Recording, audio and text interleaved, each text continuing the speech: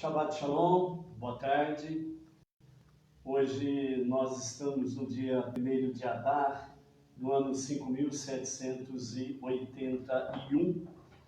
E mais uma vez, nós estamos fora do nosso habitat e, portanto, estamos aí sujeitos ao tempo, que realmente nós possamos aí ter um bom sinal de internet e possamos aí dar continuidade à nossa tarde com a Torá. Hoje, dia 13 de fevereiro do ano 2021. Iniciando o mês de Adar, nós estamos hoje no 7º dia do Shabat. Hoje é o dia sagrado do Shabat. Então, um Shabbat Shalom a você, sua família, que haja muita presença divina nas vossas vidas, nos seus lares, e que nós possamos ser agraciados aí pela bênção bendita de Hashem, de podermos ter um Shabat precioso à luz dos seus olhos, à luz da sua Torá. Ok? Vamos para a nossa sabedoria, a nossa gota de sabedoria do nosso Rebbe Menachem Mendel. Lembrando que as gotas de sabedoria que temos nesses dias, ela tem o título de Voltando para Casa. Então, a sabedoria do Rebbe para nós hoje, o conselho do nosso Rebbe para conosco, a nossa reflexão, ela diz assim, é um antigo Midrash, segundo o nosso Rebbe, esse antigo Midrash, ele fala assim, Adão atravessou a custo os portões do Éden, a cabeça baixa, os pés pesados de remorso e dor. Logo após que Adão pecou, Então, ele deixou os portões do Éden de cabeça baixa, os pés pesados de remorso e dor. Então, ele parou, olhou para cima, e aí então ele teve uma ideia que lhe ocorrera. Então, ele se virou, olhou para cima e exclamou, espere um minuto. Você tinha planejado tudo isso, colocou aquela fruta lá, sabendo que eu comeria dela. Tudo isso é uma conspiração, protestou Adão. Eu posso provar em sua Torá, que você compôs antes que o mundo fosse criado, você escreveu, é isso que deve ser feito ao homem quando ele morre. Portanto, você tinha planejado que haveria morte no mundo e só queria que ela entrasse por minha causa. Segundo Midrash, ele diz que não registra nenhuma réplica ao grito de Adão, apenas silêncio. Deus viu que a alma do homem era grandiosa e então o Eterno indagou. Como toda esta grandeza se realizará? Ou seja, Deus viu que realmente a alma do homem era grandiosa. Então ele indagou, como pode ou como toda essa grandeza se realizará? E assim, então, o Eterno concedeu ao homem o livre arbítrio, escolher suas próprias vitórias ou fazer as suas próprias bobagens. Sem falhas, o homem jamais alcançará verdadeiramente as profundezas de sua alma. Só depois de errar, ele pode retornar e atingir alturas cada vez maiores e infinitas. Além do Éden, só assim é possível o homem realmente poder alcançar alturas maiores, alturas infinitas e principalmente, somente assim ele poderá fazer retorno, só assim ele poderá retornar à casa, retornar ao lar.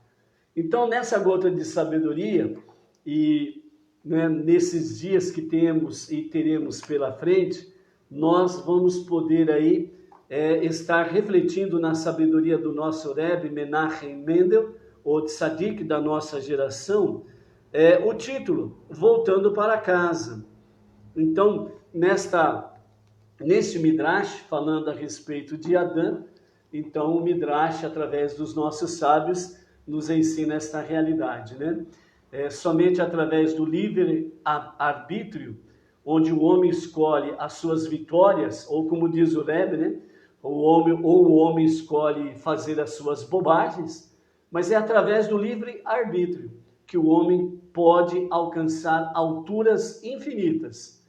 E dessa forma, ele poderá, sem sombra de dúvidas, retornar para casa. Então, amados, que nós possamos aí nesse Shabat, né, onde estaremos finalizando a nossa 18ª Parashá, Mishpatim, que significa estatutos ou julgamentos, e possamos assim realmente estarmos diante desta realidade, como diz o nosso Rebbe, né? Então, Deus colocou diante de nós o livre-arbítrio. Nós escolhemos ou fazemos para obtermos as nossas vitórias, ou também nós decidimos fazer aí as nossas bobagens, as nossas falhas, né, os nossos erros, e através disso daí é que nós podemos realmente alcançar a profundeza da nossa alma. Se o homem ele fosse eternamente perfeito, ele jamais alcançaria as profundezas da sua alma para poder ter uma grande elevação ao infinito. Porque, sem sombra de dúvidas, né, o trono do nosso Rei, o trono do nosso Deus, está além do universo. O universo, na medição do homem, ele é infinito. Se o universo é infinito, então nós alcançamos as alturas além do universo. Então, quando nós realmente nos voltamos para o interior da nossa alma, então nós vamos buscar o quê? A centelha divina que há em nós, bem como vamos buscar também a centelha da alma de Mashiach. E é assim que nós vamos galgando degraus, é assim que nós vamos buscando cada vez mais o elevar da nossa alma e cada vez mais esta conexão com Ein Sof, o infinito.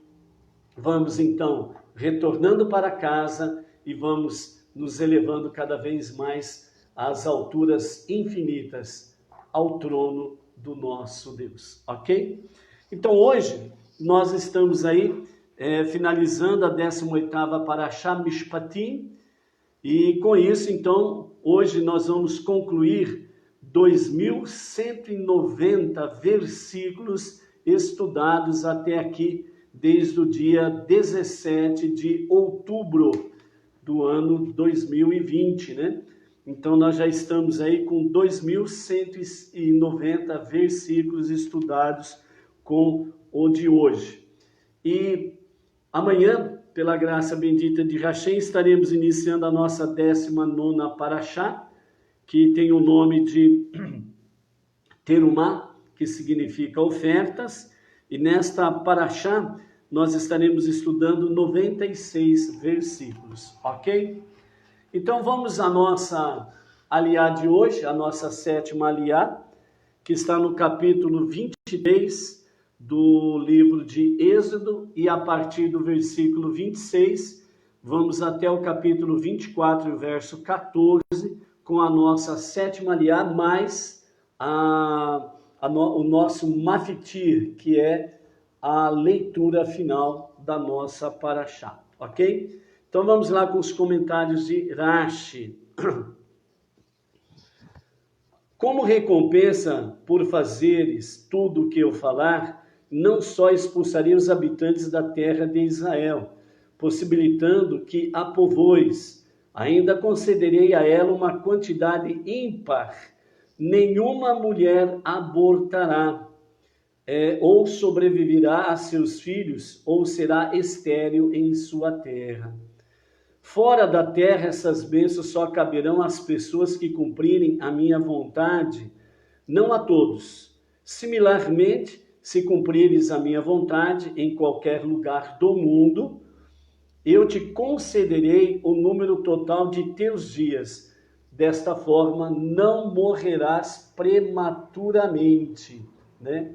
Então, essa é a promessa. Nós estamos aqui naquela parte que fala sobre a posse da terra prometida. Então, estas bênçãos, né, nos fala, no findar da aliá passada, da aliá de ontem, nós tivemos aí no versículo 25, né, 23, 25, e servireis a mim, Deus, o vosso Deus, e como recompensa por não servires ídolos, abençoarei teu pão e tua água, e também tirarei a doença do teu meio. Nesse versículo 25, nós temos aí bênçãos que Deus promete, com referência ao quê? Como recompensa por não servires ídolos, abençoarei teu pão e tua água, e também tirarei a doença de teu meio. Aqui nós temos bênçãos. No versículo 26, aqui nós temos promessas. Quais são as promessas? Nenhuma mulher abortará ou será estéril em tua terra, certo? Então aqui nós temos diante de nós, finalizando ali a de ontem, verso 25, bênção. E aqui no início da nossa aliá de hoje, promessa. Qual a diferença entre bênçãos e promessas? Nas bênçãos nós temos aí uma questão, ela pode ou não acontecer, ela pode ou não se materializar, porque as bênçãos, elas dependem de certas circunstâncias, certo? Por várias razões ou canais, as bênçãos podem ficar bloqueadas, depende da ação do ser humano. Então, esta é a questão de bênçãos. Promessas é diferente. As promessas, Deus fez uma promessa, então a promessa independe de qualquer questão. Deus fez uma promessa, ela se concretizará automaticamente. Por quê? Porque Deus fez a promessa. Então, a promessa, ela se concretizará no sentido literal e físico, certo? Então, a pergunta seria, qual é maior? A bênção ou a promessa? Depois disso daí, obviamente, nós podemos dizer que promessa é maior do que bênção, ok? Então, por isso, né, bênçãos e promessas. Bênçãos está ligado a alguns fatores, ela poderá ou não acontecer. E os canais de bênçãos de Deus poderão ficar bloqueados dependendo da atitude do ser humano. Se a atitude do ser humano é de rebeldia e desobediência aos mandamentos, então as bênçãos ficam bloqueadas. Todavia, quando Deus faz uma promessa, ela independe de qualquer questão. Deus fez uma promessa, ele é fiel para cumprir a promessa. E ponto final, certo? Ponto final, ok? Então, essa é a questão da diferença de bênçãos e promessas, ok? Vamos em frente. Verso 27, capítulo 23, verso 27. Mandarei pavor de mim à tua frente, e lançarei confusão no meio de todo o povo a que fores, e farei com que todos os teus inimigos fujam de ti. Enviarei vespões à tua frente que ferirão os olhos do inimigo, e neles injetarão veneno mortal. Esses vespões habitam a margem oriental do rio Jordão, e não o cruzarão em direção ao ocidente, de maneira que só expulsarão de sua frente aos rivitas, que vivem perto da margem ocidental do rio, atirando milagrosamente seu veneno contra eles, e aos cananitas e aos hititas, que vivem na margem oriental do rio. Não expulsarei os habitantes da terra de Israel em um só ano, para que a terra não fique desolada e os animais selvagens não te excedam em número, pois neste momento não há quantidade suficiente de vós para povoar toda a terra. E eu os expulsarei de tua frente pouco a pouco, até que te multipliques e possas ocupar a terra inteira. Embora eu tenha adiado a realização da minha promessa original a Abraão, referente aos territórios dos Amonitas, Moabitas e Edomitas, restauro agora essa promessa. Assim, quando entrares na terra, estabelecerei tuas fronteiras do mar de juncos ao mar dos filisteus, isto é, até o Mediterrâneo, e do deserto ao rio Eufrates, pois entregarei os habitantes da terra em vossas mãos e os expulsarás de tua frente. Não farás aliança com eles, nem com os seus deuses. Eles não morarão em sua terra, para que não te façam pecar contra mim, pois talvez servisses a seus deuses, e isso seria uma armadilha para ti. Então aqui nessas orientações que Deus está dando sobre a posse da terra prometida, entre elas temos aí primeiramente a promessa, né? Promessa é fato real que se materializará no mundo físico. Deus faz a promessa e ele cumpre. E aqui ele renova a promessa que ele fez a Abraão. Então ele confirma a Moshe que as promessas a Abraão estão sendo restauradas, elas se cumprirão. Ao mesmo tempo, Deus fala que os inimigos, os povos que habitam a terra prometida, eles não serão eliminados apenas em um ano, mas serão paulatinamente. Por quê? Porque se os inimigos fossem eliminados rapidamente em um ano, então os animais selvagens eles se multiplicariam rapidamente e eles se tornariam em maior número do que o próprio povo de Israel. Então eles seriam presas fáceis aos animais selvagens, certo? Por isso que quando eles adentraram a terra prometida, a guerra, ela durou 14 anos. Então foram 14 anos de guerra até a conquista completa da terra prometida, ok? E a orientação, mais uma vez, Deus falando, no sentido de não fazer aliança com aquele povo idólatra, pagão, bem como também não fazer nenhuma aliança com os deuses dele, porque isso seria uma armadilha para eles e automaticamente eles pecariam contra o Eterno. Então, por isso, né, nenhuma aliança com os deuses. E vimos na aliá passada, no sentido de que não é para fazer nem menção do nome de ídolos.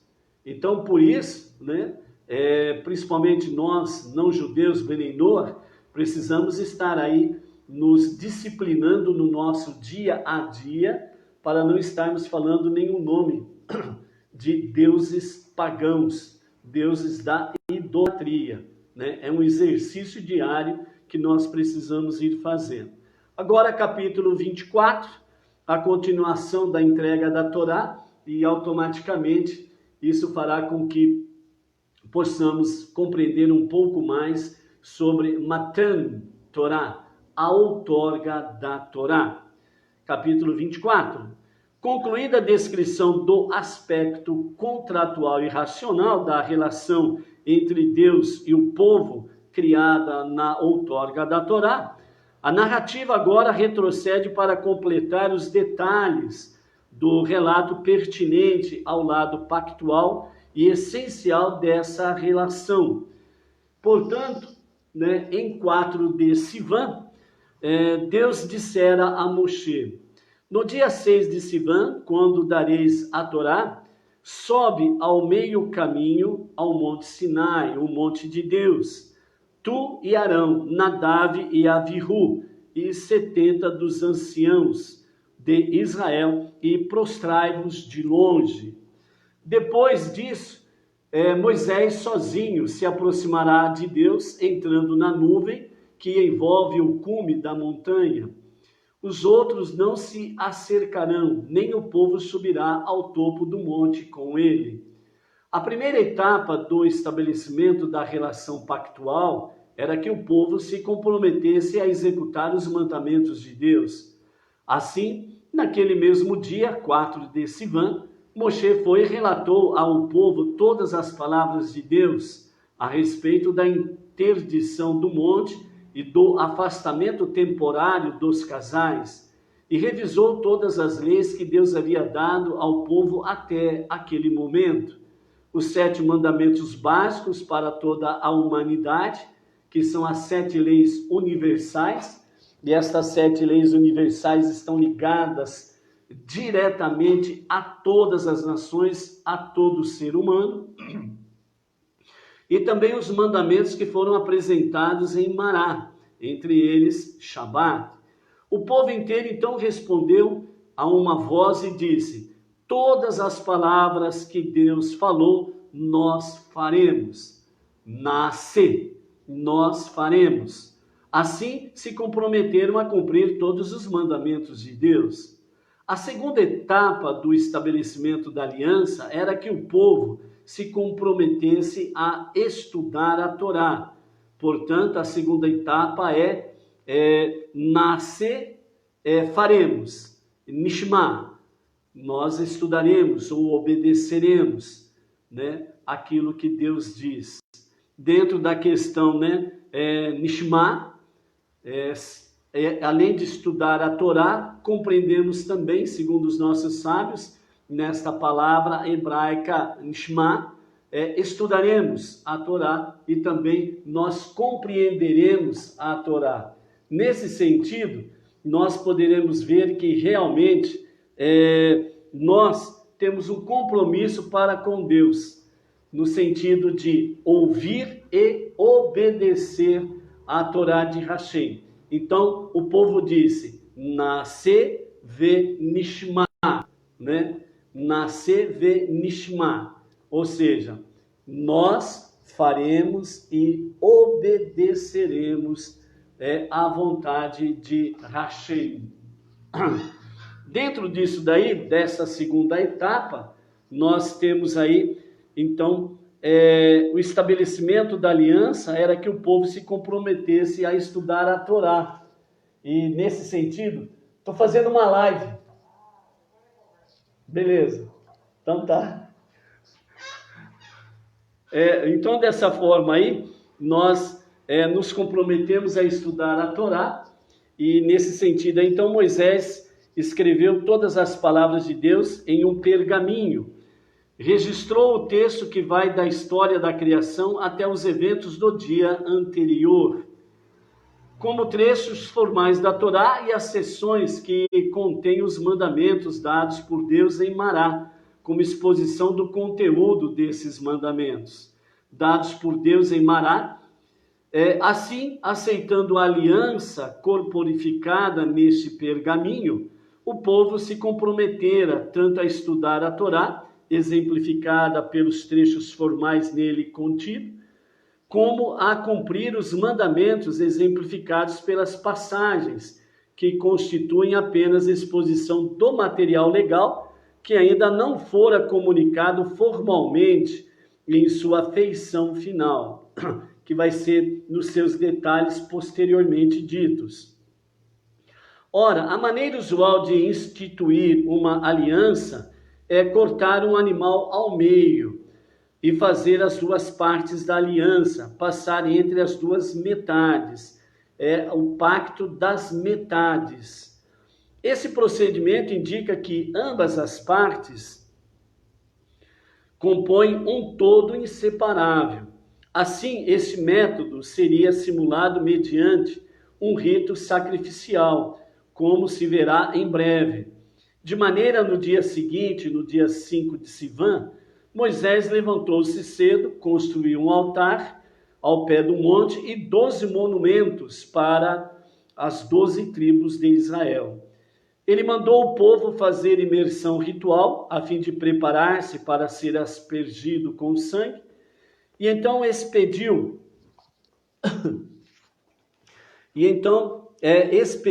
os homens jovens primogênitos dos israelitas, e eles ofertaram oferendas de elevação e sacrificaram touros como oferendas de paz para Deus neste altar.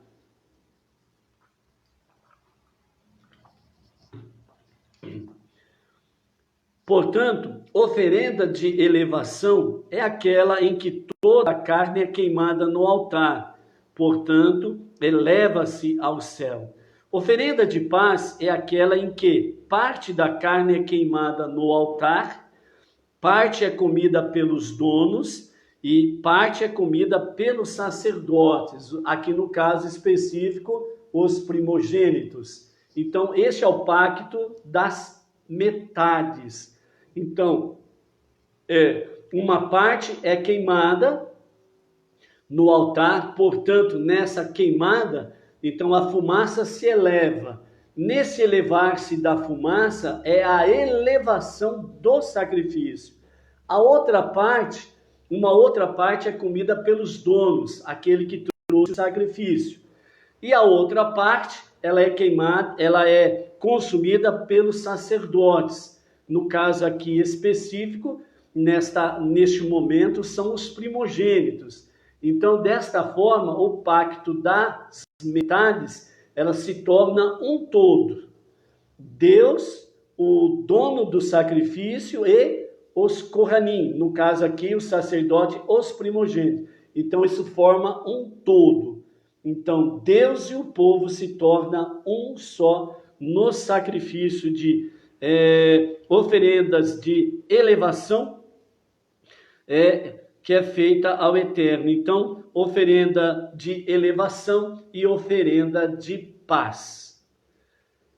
As oferendas de elevação representavam Deus, visto que toda a carne subia ao céu, e as oferendas de paz, por sua vez, representavam o povo, pois a carne era parcialmente comida. Enquanto faziam o abate, os primogênitos coletavam o sangue dos animais em bacias. Para demonstrar que a aliança ligava Deus e o povo com duas metades de um todo, Deus mandaria Moshe aspergir metade do sangue de cada tipo de sacrifício sobre o povo. Isso equivaleria a passar entre os dois tipos de sangue, a fim de enfatizar o significado pactual dessa aspersão. Deus enviou um anjo para dividir ao meio os dois tipos de sangue. Moisés então pegou metade do sangue e colocou em 2 vasos grandes, a metade do sangue das oferendas de elevação em um vaso e a metade do sangue das oferendas de paz em outro vaso. A outra metade do sangue ele jogou sobre o altar, diretamente das bacias, nas quais os primogênitos a tinham coletado ao abaterem os animais. Assim, os ritos sacrificiais se concluíram com o sangue das bacias, oficialmente, transformando também a outra parte do sangue, que ficou nos 2 vasos grandes, em sangue de oferenda de elevação e sangue de oferenda de paz. Moisés tomou o pergaminho que escrevera no dia anterior, que então passou a ser conhecido como o livro da aliança, e leu em voz alta para o povo. Ele leu o pergaminho como o escrevera. Primeiro, a história do mundo, desde a criação até os eventos do dia anterior, registrados como trechos formais da Torá, e depois as leis que Deus já tinha dado, consignadas como simples exposição do conteúdo dessas leis. A seção que exemplifica o estudo de Torá, portanto, antecedia a que exemplifica a observância dos mandamentos de Deus. No entanto, depois que Moshe terminou, o povo respondeu: Nasce venishma, nasce venishma. faremos e estudaremos tudo que Deus falou. Então, eles disseram, Nasce venishma. Faremos antes de estudarmos.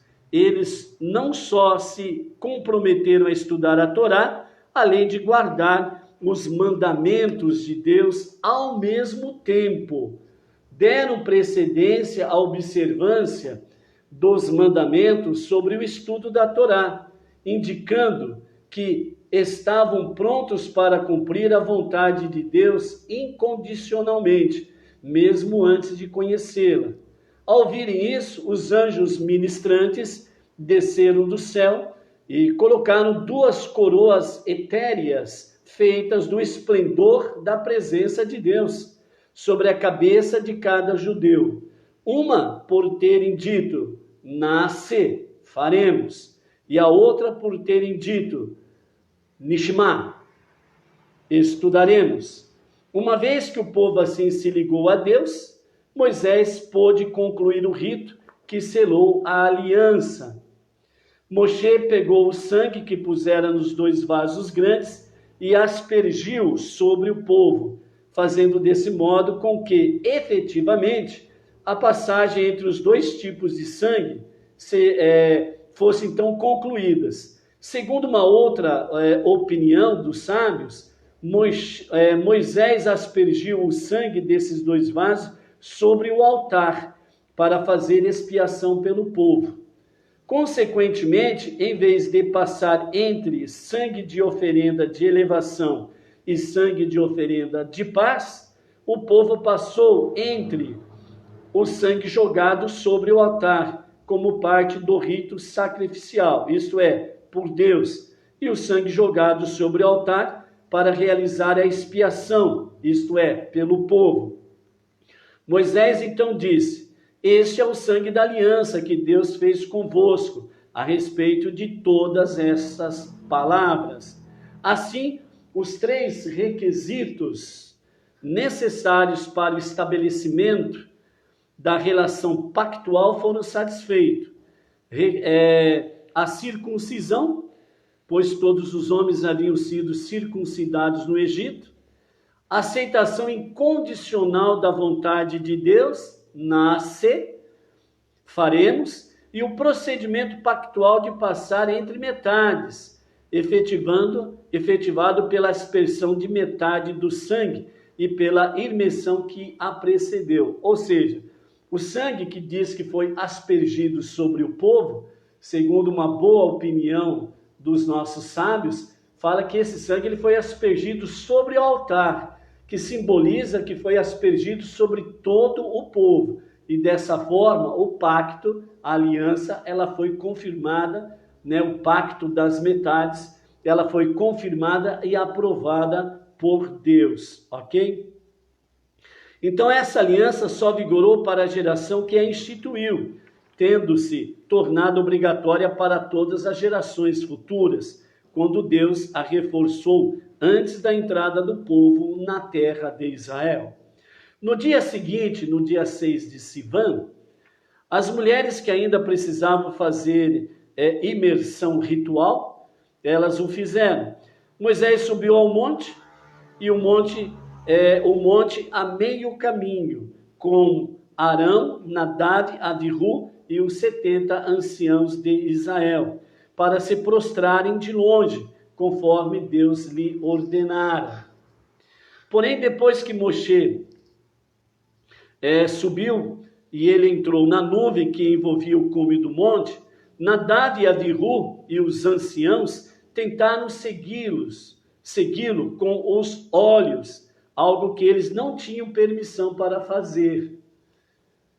E assim tiveram uma visão do Deus de Israel. Viram figuradamente que abaixo dos pés de Deus havia uma forma de um tijolo de safira, que ficara diante dele durante a escravidão dos hebreus, como fazedores de tijolos, representando sua consciência do sofrimento do povo, enquanto à sua volta estava uma figura semelhante à limpidez do céu sem nuvens. porque Deus se alegrou quando o povo foi redimido da escravidão. Contudo, Deus não levantou sua mão contra os nobres dos israelitas para puni-los, embora eles fossem passíveis de pena de morte, porque contemplaram a visão do divino com autocomplacência, de maneira tão desrespeitosa quanto se o fizesse enquanto comiam e bebiam. Deus não os fez morrer imediatamente, porque não quis perturbar a atmosfera alegre da entrega da Torá. Esperou até que cometessem um outro pecado. No caso de Nadav e Avihu, mais de 9 meses depois, nos dos anciãos, mais de 1 ano depois, e puniu-os pelos 2 pecados ao mesmo tempo. No dia 7 de Sivan, no dia seguinte à entrega da Torá, outorga da Torá, Deus disse a Moshe: sobe a mim no monte e permanece ali 40 dias e noites.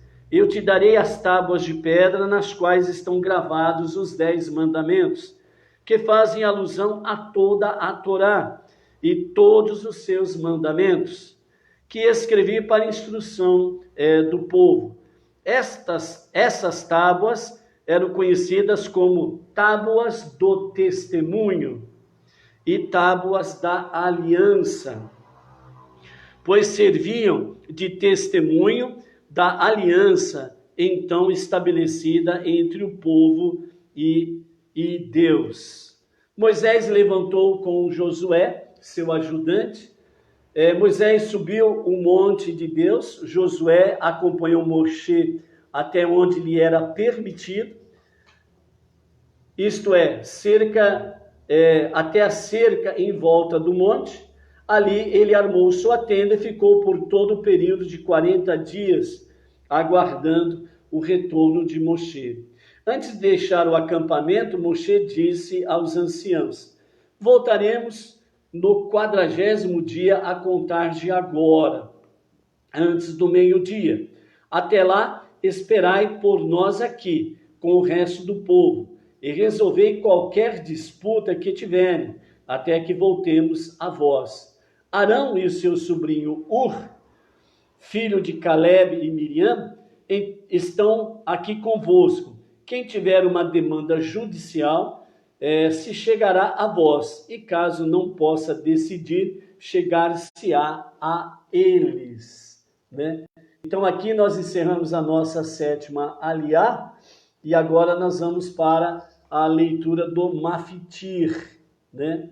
De vez em quando a gente mexe aqui no celular, porque o local não é próprio, e nós temos momentos aqui em que o celular começa a escorregar, e aí a gente precisa arrumar, ok?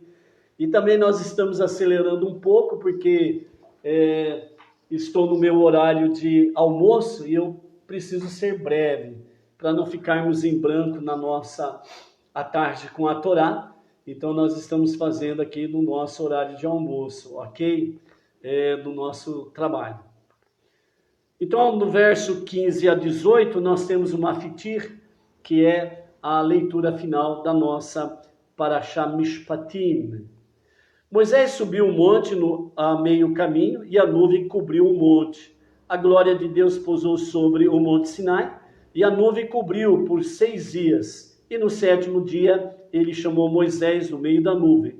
Esses foram os primeiros 7 dias do período de 40 dias que Moshe permaneceu no monte.